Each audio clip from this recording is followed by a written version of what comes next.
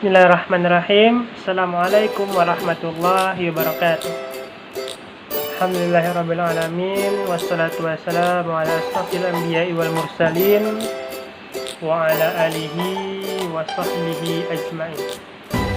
Rabbi shrah li sadri wa yassir li amri wahlul 'uqdatam min lisani yafqahu qawli, amma ba'du.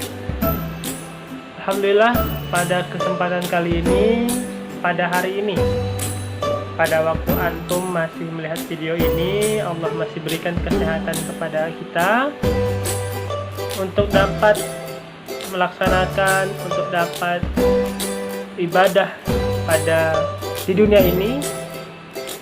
Dan tak lupa pula, semoga selawat berangkaikan salam tercurahkan kepada Baginda Nabi Muhammad SAW dengan lafaz Allahumma sholli ala sayyidina Muhammad wa ala ali sayyidina Muhammad. Pada kesempatan kali ini, perkenalkan terlebih dahulu, nama saya Muhammad Ridwan, NIM 19329109, jurusan Ilmu Agama Islam, Fakultas Ilmu Sosial, Universitas Negeri Padang. Pada kesempatan kali ini, saya akan membahas dalam mata kuliah Administrasi dan Supervisi Pendidikan yang diampu oleh dosen Dr. Hanif Al-Qadri. Dan pada kesempatan kali ini, pembelajaran kita mengenai administrasi pendidikan dan tenaga pendidikan. Sebelumnya kita harus mengetahui dahulu apa itu pengertian tenaga kependidikan, atau sering disingkat ATK, PTK. Tenaga kependidikan adalah anggota dari masyarakat yang mengabdikan dirinya dan diangkat untuk menunjang penyelenggaraan pendidikan. Nah, di sini seperti kita ketahui, salah satu dari tenaga kependidikan merupakan seorang guru yang mengabdikan dirinya untuk mencerdaskan atau untuk mengajar para penerus bangsa. Yang termasuk dalam tenaga pendidikan ialah kepala satuan pendidikan, pendidik, dan tenaga kependidikan lainnya. Jadi yang terdapat pada suatu instansi sekolah merupakan disebut dengan tenaga kependidikan, baik itu sebagai pengajar atau pendidik ataupun sebagai staf tata usaha atau disebut dengan tenaga kependidikan, dan bahkan sampai kepada penjaga perpustakaan. Selanjutnya kita akan membahas tentang pendidikan. Sedangkan pendidikan dalam Undang-Undang Nomor 20 Tahun 2003 mengatakan bahwa pendidikan adalah mereka yang punya kualifikasi sebagai guru, dosen, pamong, dan lain-lain yang sesuai dengan profesinya. Masing-masing dari hal tersebut berpartisipasi dalam penyelenggaraan pendidikan secara langsung. Nah, di sini guru yang mengajar dalam suatu kelas itu mengajar pada profesinya sesuai daripada profesi yang telah dia pelajari selama perkuliahan. Misal guru yang mengambil kuliah atau sarjana agama mengajar bagian mata pelajaran agama, sedangkan guru yang mengambil sarjana sejarah akan mengajar mata pelajaran sejarah. Jadi guru akan mengajar sesuai kualifikasi profesinya.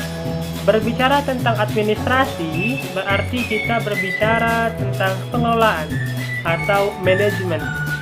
Dan pada kali ini administrasi yang dibahas adalah administrasi PTK, pendidik dan tenaga kependidikan.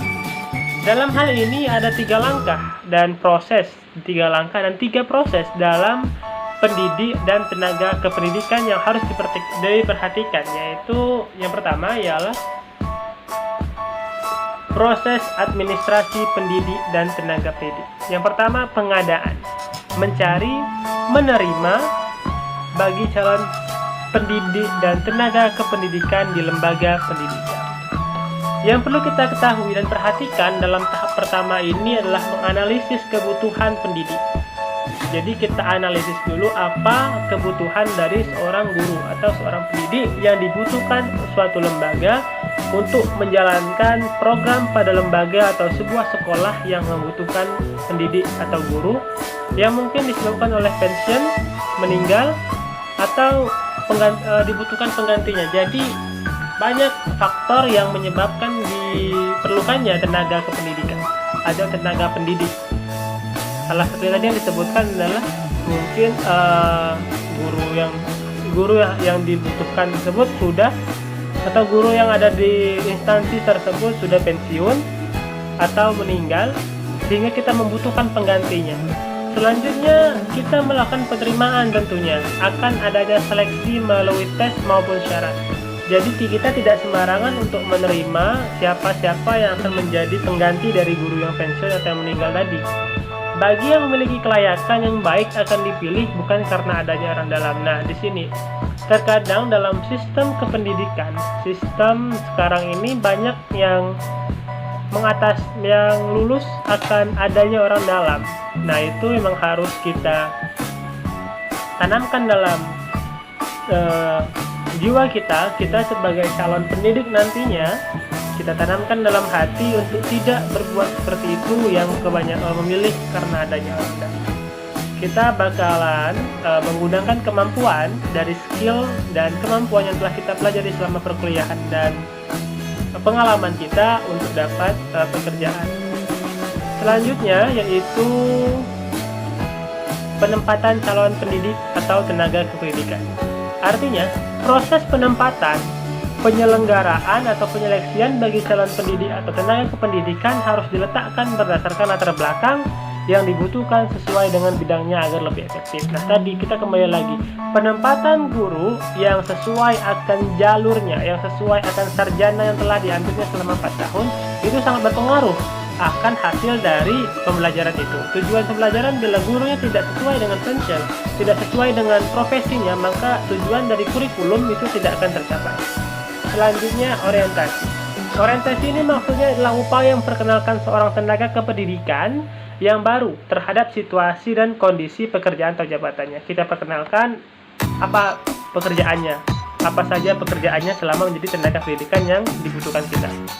Dan proses yang ketiga ini adalah memberikan introduction, memberikan pengenalan untuk lebih percaya diri, mengetahui kewajiban, hak, serta mengetahui tugas-tugas yang telah ditetapkan dalam aturannya. Selanjutnya yaitu kesejahteraan pendidik dan tenaga kependidikan. Yang perlu kita perhatikan pada kesejahteraan pendidik dan tenaga kependidikan ini adalah seorang pendidik harus mengutamakan kewajiban terdahulu, baru mengikuti hak 3 berikut. Jadi pendidik ini harus mengutamakan kewajiban dari profesi yang telah diambil. Yang pertama, gaji.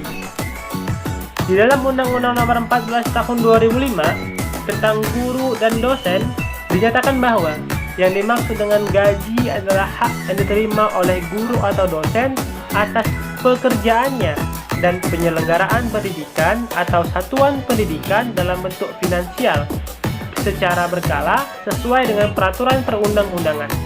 Ini berarti bahwa seorang guru, dalam hal ini guru yang pegawai negeri sipil, akan diberikan gaji berupa uang yang dibayar karena secara berkala. Berkala yang dimaksud adalah setiap bulan. Berbeda dengan guru honorer. Guru honorer akan dibayar sesuai dengan banyaknya dia melakukan kewajiban, banyaknya dia melakukan kegiatan. Di sini nah itu jadi berbeda antara gaji guru honorer dan guru PNS akan dibedakan. Di guru PNS ini dibayar dia per bulan, biarpun kerjanya lebih sedikit daripada guru honorer. Selanjutnya, tunjangan profesi diberikan kepada guru yang telah memiliki sertifikat pendidik yang diangkat oleh penyelenggaraan pendidikan dan satuan pendidikan yang diselenggarakan oleh masyarakat. Nah, sekarang ini tunjangan profesi atau sering disebut dengan sertifikasi itu bukannya menambah kualitas dari pengajaran yang diberikan oleh pendidik, melainkan menambah aset yang ada, aset yang dimiliki oleh pendidik. Pemerintah berharap dengan adanya sertifikasi ini akan menambah kreativitas, akan menambah gaya belajar yang lebih baik lagi untuk penerapan kepada siswa-siswa penerus agar lebih tercapainya tujuan dari kurikulum tersebut. Selanjutnya itu penghargaan. Pemerintah memberikan penghargaan di institusi pendidikan terhadap guru, dosen, dan kepala sekolah, dan juga kepada seluruh tenaga pendidikan yang berprestasi agar lebih semangat dan sebagai wujud rasa terima kasih kepada PTK atau pendidik dan tenaga pendidikan yang mencerdaskan anak bangsa. Nah, di sini juga ada yang ketiga itu penghargaan. Penghargaan ini banyak, ada jenisnya itu sebagai guru berprestasi, guru terfavorit, guru banyak itu jenis-jenis dari penghargaan yang diberikan pemerintah kepada tenaga kependidikan. Selanjutnya yang terakhir yang kita bahas ialah cuti pendidik dan tenaga kependidikan. Menurut Undang-Undang Nomor 13 Tahun 2003 Pasal 79 Ayat 2 menjelaskan bahwa seorang pendidik dan tenaga kependidikan berhak mengambil cuti 12 hari per tahun. Jadi guru atau dosen atau tenaga pendidik itu bisa mengambil cuti 12 hari. Itu hak mereka 12 hari per tahunnya, bukan 12 hari selama 1 bulan. Sebagaimana yang telah kita ketahui, cuti adalah keadaan tidak masuk kerja yang diizinkan dalam rangka waktu tertentu. Nah, di sini akan saya sebutkan beberapa jenis cuti. Yang pertama ialah cuti tahunan, yang kedua cuti hari besar, baik itu hari besar kenegaraan dan hari besar agama, dan yang selanjutnya itu cuti sakit, yang keempat cuti bersalin. Nah, yang sering banyak ini itu cuti bersalin yang lama, lebih dari 2 bulanan. Baik, itulah yang dapat saya sampaikan mengenai administrasi pendidik dan tenaga kependidikan. Untuk itu semoga kita dipertemukan di lain waktu, dan apa yang saya sampaikan tadi dapat berguna sebagai pengalaman, sebagai ilmu pengetahuan yang dapat kita terapkan kepada diri kita masing-masing, dan semoga kita dapat berjumpa kembali dalam ruang yang lain, sepertinya kita bertemu dalam kelas. Untuk itu mohon maaf bila ada kata-kata yang salah dan tingkah laku. Kepada teman-teman sekalian saya mohon maaf, dan kepada Allah saya mohon ampun. Wabillahi taufiq wal hidayah. Assalamualaikum warahmatullahi wabarakatuh.